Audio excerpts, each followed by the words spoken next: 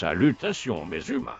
Vous êtes bien sur la chaîne de OP 100% Paris Saint-Germain, n'hésitez pas à vous abonner. Et surtout n'oubliez pas d'activer la cloche pour les notifications. Bonne vidéo à toutes et à tous. Bisous mes rouillards. Yo mes humains, c'est OP, j'espère que vous allez bien et bienvenue sur ma chaîne YouTube. Content de vous retrouver pour cette petite vidéo d'avant-match Paris Saint-Germain PFC. Oui, parce que les gars, le championnat reprend le 28 décembre et qui dit championnat, dit match de préparation. Alors certes, c'est un match amical, mais c'est avant tout un derby et un derby, ça se gagne. Bref, demain, nos Parisiens vont refouler les terrains pour un match, comme je viens de te le dire, amical. Mais on peut avoir des surprises. Ça se passe à 11h30. Coup d'envoi et c'est au camp des loges, les gars. Ouais, oui. Petit stade, petite foulée, on remet les organismes en place, on se remet bien dans le bain, t'as capté. Ouais. Aussi, très content de cette qualification des Bleus. Qui va peut-être, pourquoi pas dimanche, rafler sa deuxième Coupe du Monde, je l'espère. 3 étoiles pour l'équipe de France, quand même, c'est plutôt pas mal. Dédé, les Bleus, ils ont fait un très bon boulot. Il y a Léo Messi aussi, qui est parisien, forcément, on pense à lui avec l'Argentine. Mais quoi qu'il en soit, on est français, on supportera l'équipe de France et on sera tous derrière Kylian. Bref, au classement, parce que oui, le Paris Saint-Germain évolue en Ligue 1. Le PFC évolue en Ligue 2. Au classement de la Ligue 1, le Paris Saint-Germain est premier avec 41 points. Pour ce qui est de la Ligue 2 et du PFC, ils sont 12e avec 20 petits points. Sur les 3 dernières rencontres, chacune de leur côté, en Ligue 1 pour le PSG, en Ligue 2 pour le PFC. En Ligue 1, le Paris Saint-Germain a enchaîné 3 victoires lors de ses 3 derniers matchs. Pour le PFC, c'est 2 victoires et 1 défaite. Nous allons rentrer un peu dans les faits historiques, les amis, oui, parce qu'il y a une histoire entre le PFC et le Paris Saint-Germain, entre le Paris Saint-Germain et le PFC. Il faut savoir que lors de la création du Paris Saint-Germain, le PFC a fait en sorte de mettre des bâtons dans les roues pour la création du club qu'on aime, le PSG. Donc c'est pour ça qu'il y a une petite animosité quand même envers le PFC. Bande d'imbéciles de merde! De toute manière, il n'y a qu'un seul club dans la capitale, c'est le Paris Saint-Germain. Bref, il y a eu 7 rencontres. Sur ces 7 rencontres, tu en as 5 où c'est des matchs amicaux et tu en as 2 où c'est des matchs officiels. D'ailleurs, ces 2 matchs officiels, c'était la saison 78-79, donc j'étais pas né, j'étais même pas en termes de projet, je crois. Bon, vous avez compris. C'est la grande époque de Baratelli, Carlos Bianchi, Mustapha Daleb, Jean-Michel Larquet, etc., etc. Bon bref, ça s'appelait la Division 1 à l'époque, c'était même pas la Ligue 1. Donc ça, c'était des matchs de championnat, c'était en première division, comme je viens de te le dire, et ça s'est terminé par 2 nuls, sur la phase aller, sur la phase retour. Sur les 7 matchs dans la globalité, les gars, c'est compliqué, puisque c'est une seule victoire du Paris Saint-Germain, 4 matchs nuls et 2 défaites pour le PSG.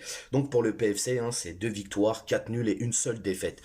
Le PFC, qu'est-ce qu'on peut dire sur le PFC? Alors moi, personnellement, j'ai regardé par-ci par-là, les gars. Alors déjà, nos féminines ont fait le boulot il y a 2 semaines, elles les ont torchées. À nous de faire le travail demain matin. Mais quoi qu'il en soit, le jeu que propose le PFC, c'est un jeu qui, moi, me botte pas trop, frérot. C'est un peu un football un peu scolaire. Je trouve ça fade. Il n'y a pas de créativité, il n'y a rien, tu vois.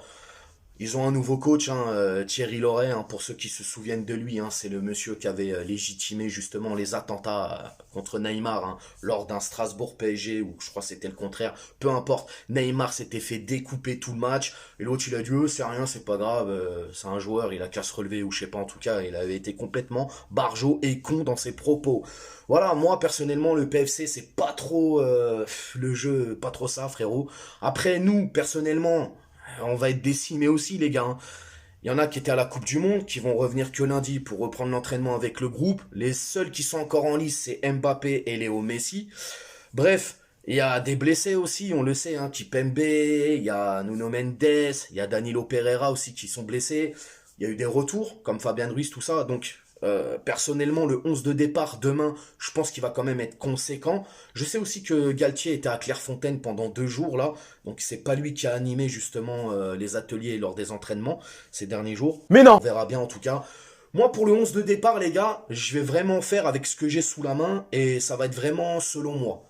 Donc Donnarumma, qui n'a pas été lui justement avec l'Italie pour cette Coupe du Monde, il était là, donc il s'est entraîné tout le temps. Donc je vois Donnarumma dans les cages, personnellement.